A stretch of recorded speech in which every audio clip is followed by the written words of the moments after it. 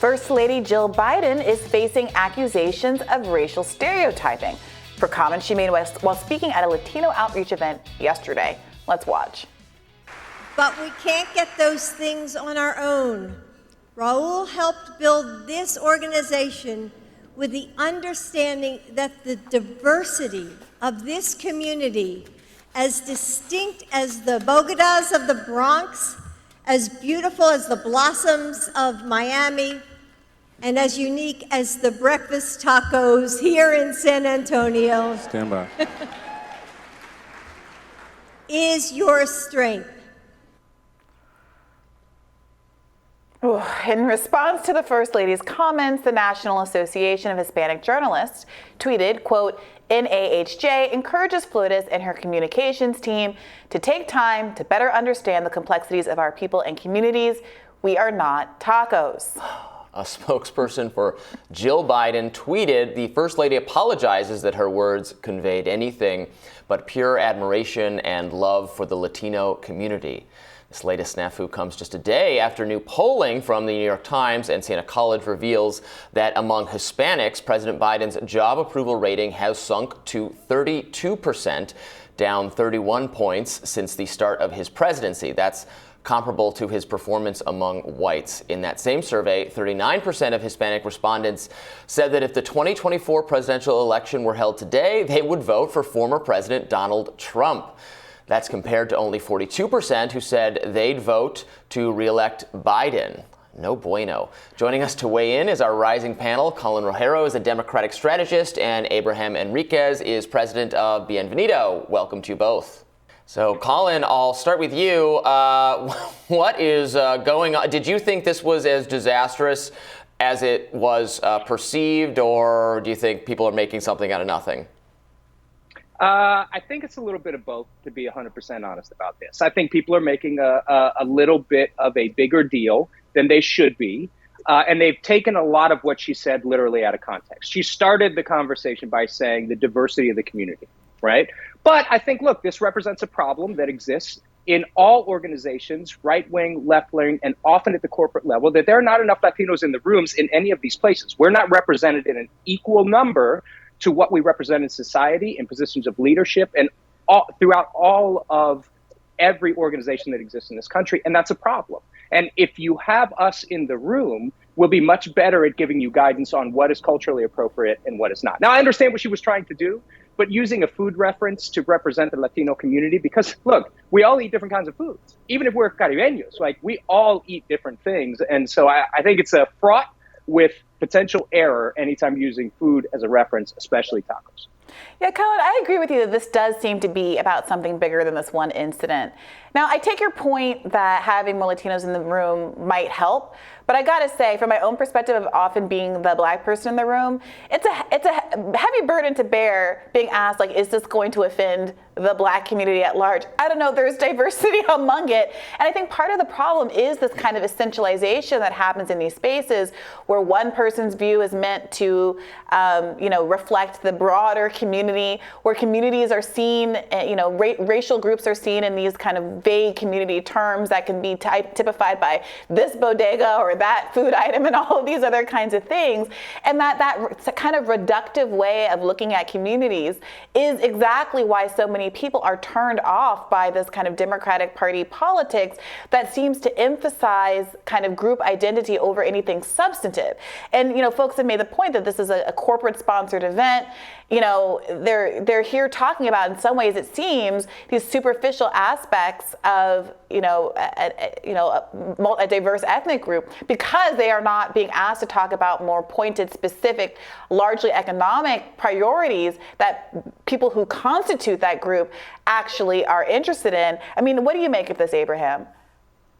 Well, I actually agree with Colin on the representation part. I think what First Lady Joe Biden said yesterday just gives us a small glimpse into how she and her husband and pretty much this White House, how they view Latinos. But it's also important that representation it's not just about having a certain type of Hispanic in the room. Hispanics in South Florida probably view things a little differently than Mexican Americans in South Texas or Central Arizona or California.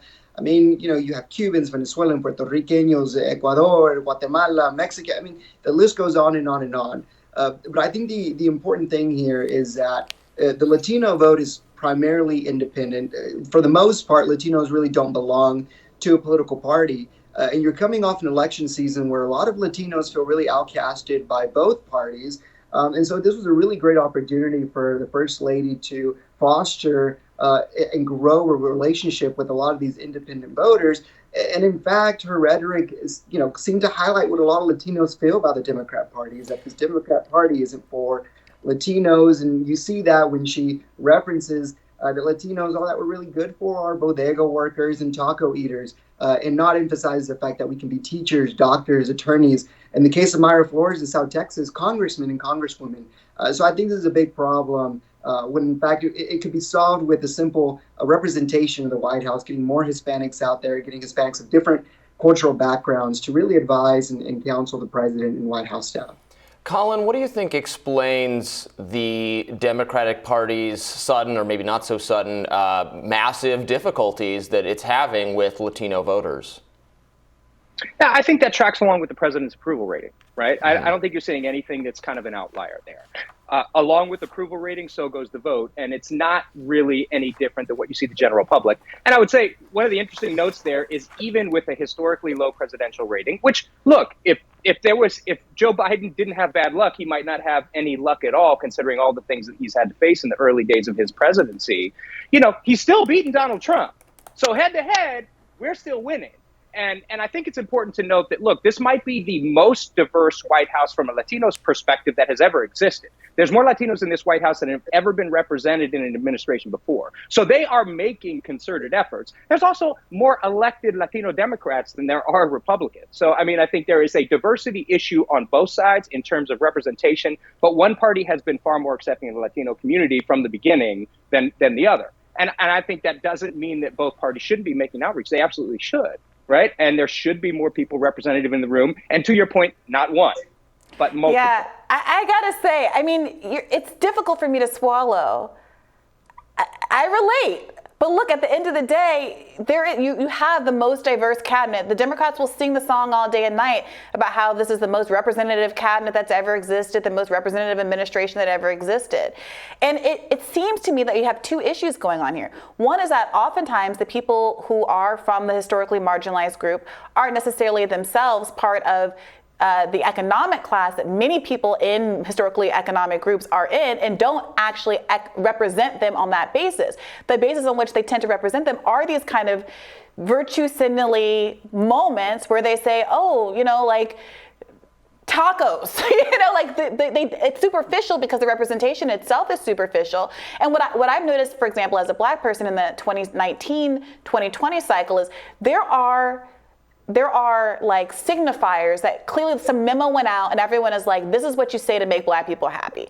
And one of the things that you were supposed to say is to talk about the maternal mortality gap. Now, maternal mortality rates for Black women are high and it's bad. But when everybody who never before that moment seems to focus in on one policy and say it in every speech, what it starts to feel like is like some Black interest group told you that this is what people cared about, and so everyone just peppers it in their speech. And I saw the same thing happen with Latino voters. The memo went out in 2019, 2020 to say, recognize that there's diversity among Latino voters. Recognize that they're not just one group, that there's a plurality of different kinds of people from different kinds of places. And saying that makes you look like you are in touch with Latino voters. Yeah, so they're all saying that. Well, and speaking of that, speaking of using the right language, right, this event was called Latinx luncheon with an additional X in the middle of it.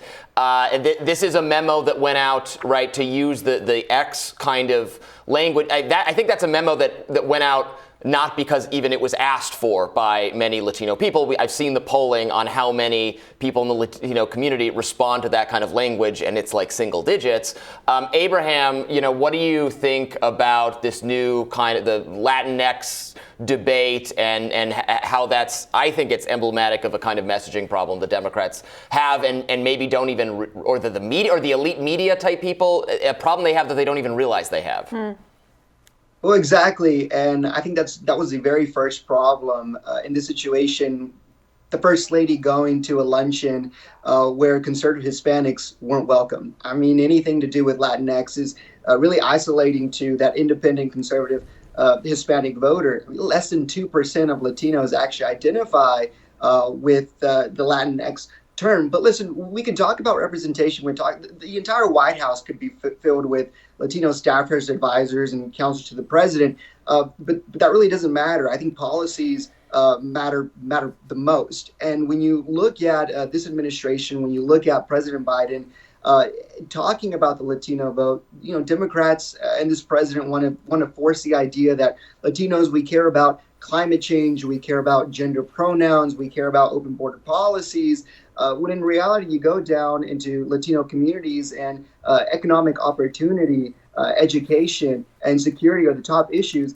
And we're not seeing much of those policy points or really those conversations coming from the White House. And then on top of that, you get the First Lady going to a pretty exclusive organization and a rally for Latinos that are really only satisfying progressive Latinos, where it's kind of like Jill Biden really is the biggest Hispanic recruiter for the GOP at this point. And so I think it's far more than just a messaging problem. It really is the idea that the president and the First Lady aren't surrounding themselves with Latino voters from all perspective rooms of the aisle, which when President Biden first came to office, he said he was going to bring the nation together, and there isn't much of bipartisan communication with Latino voters with this White House. Colin, want to give you the last word. What do you think about the Latinx designation? Yeah, I think, to speak to what Brianna said, this is an incredibly bad term that's made up not by Latinos, to be clear. And anytime that anyone receives that particular memo, they should put it in the trash. You cannot use that term in our language. You cannot use that in Spanish. So it's not a term that applies. Let's get rid of it. This is a message to everyone. Latinx should no longer exist. It should not be part of our lexicon. It should definitely not be part of the lexicon when you're trying to communicate political policy or anything to do with politics and leadership to the Latino community. It's not what we use as a term in the community. But I would say, look, there is a difference between being in the room and being at the table. So are the Latinos in the administration or in any organization actually able to have decision-making power? And that's a big question. And I think that is one that if we do not address it, we'll continue to run into some cultural faux pas that exist and worse. And it's a problem that we have to solve throughout the entirety of the country. Well, Colin and Abraham, thank you so much for joining us. This was a great discussion. Thank you. And we'll be back with more Rising right after this. Stay with us.